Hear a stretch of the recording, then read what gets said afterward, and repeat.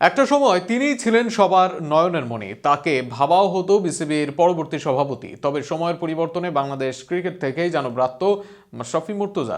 মাঠ থেকে মাঠের বাইরে কোথাও নেই বাংলাদেশের সবচেয়ে সফলতম এই অধিনায়ক।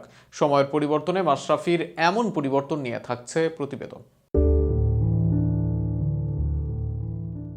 যখন পড়বে না মোর পায়ে চিহ্ন এই পাটে, আমি বাইব না মোর খোয়া তরি এই ঘাটে গো।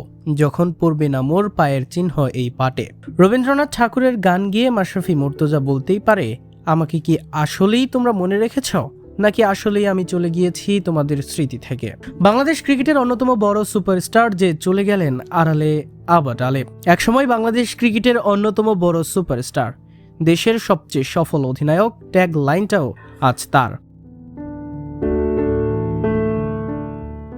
অধিনায়ক হিসেবে ১১৭ ম্যাচে জয় পেয়েছেন মোট ৮৮ ম্যাচে।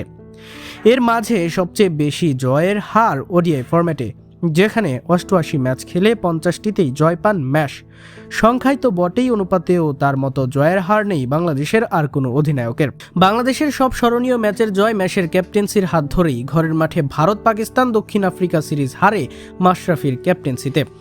২০১৫ বিশ্বকাপের কোয়ার্টার ফাইনালে যায় বাংলাদেশ। ২০১৯ সালের বিশ্বকাপেও তারা হারায় দক্ষিণ আফ্রিকা ও উইন্ডিজকে। ঘরে ও বাইরে এক জায়ান্ট দলে পরিণত হচ্ছিল বাংলাদেশ। অধিনায়কত্ব এর বাইরেও ম্যাশের আছে এক বর্ণাঢ্য ক্যারিয়ারও।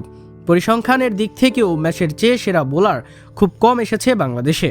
ওয়ানডে ক্রিকেটে মাশরাফি মোট ২২০টি ম্যাচ খেলেছেন। এসব ম্যাচে তিনি ২৭০টি উইকেট শিকার করেছেন। তার বোলিং গড় প্রায় ৩২ এবং ইকোনমি রেট প্রায় ৪.৮। ব্যাটিংয়েও তিনি দলের জন্য গুরুত্বপূর্ণ অবদান রেখেছেন। ওয়ানডেতে তিনি প্রায় ১৭৮৭ রান করেছেন এবং তার সর্বোচ্চ স্কোর ৪৪। টেস্ট ক্রিকেটে তিনি মোট ৩৬টি ম্যাচ খেলেছেন। এই ফরম্যাটে তিনি ৭৮টি উইকেট নিয়েছেন এবং ব্যাট হাতে প্রায় ৭৯৭ রান করেছেন। ইনজুরির কারণে তিনি খুব বেশি টেস্ট খেলতে পারেননি। টি-২০ আন্তর্জাতিক ক্রিকেটে মাশরাফি ৫৪টি ম্যাচ খেলেছেন। এই ফরম্যাটে তিনি ৪২টি উইকেট শিকার করেন এবং প্রায় ৩৭৭ রান করেন। সব মিলিয়ে আন্তর্জাতিক ক্রিকেটে মাশরাফির ৩১০টি বেশি উইকেট নিয়েছেন। তিনি বাংলাদেশের ইতিহাসে অন্যতম অভিজ্ঞ পেসার এবং দীর্ঘ সময় দলের বোলিং আক্রমণের প্রধান ভরসা ছিলেন। তার ধারাবাহিক পারফরমেন্স এবং দীর্ঘ ক্যারিয়ারের জন্য তিনি বাংলাদেশ ক্রিকেট ইতিহাসের গুরুত্বপূর্ণ স্থান দখল করে আছে। ভাবা হচ্ছিল ক্রিকেট ছাড়ার পর বিসিবির সভাপতি হবেন ম্যাশ।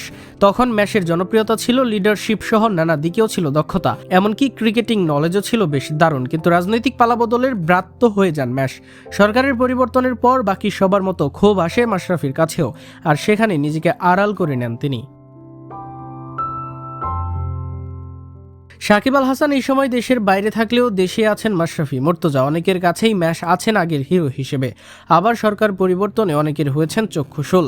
তবে সবকিছুকে গ্রহণ করেছেন মাশরাফি। নিজের দ্বিচারিতা দেখাননি, পালিয়েও বেড়াননি, নিজেকে সবার সামনে রেখেই করেছেন আড়াল। কিন্তু এরপরেও দেশের ক্রিকেটের এমন এক কিংবদন্তিকে কোথাও ব্যবহার করতে পারছে না বাংলাদেশ দল, যা